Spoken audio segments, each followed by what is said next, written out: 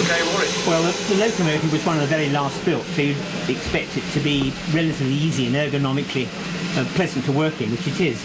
And the driver's controls are all here, very much to hand and almost in a style of a diesel, I think, really.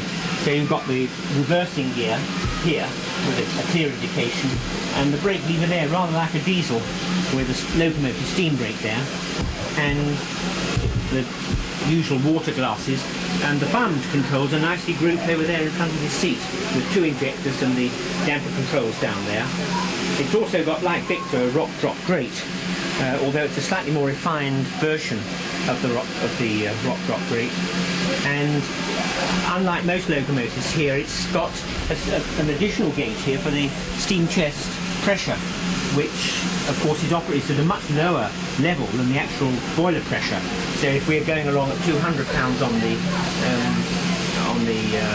main boiler pressure gauge, we may very well be doing, typically as we were this morning, only had 50 in the steam chest. So there's only 50 psi actually moving the brute along. It's also got a speedometer, which is quite nice in so far as that you can see when you are really doing more than 25, which of course with this sort of locomotive is easy to do. Just the least extra tweak on the regulator and it's happy to bound along at 40 is what it would be, I'm sure.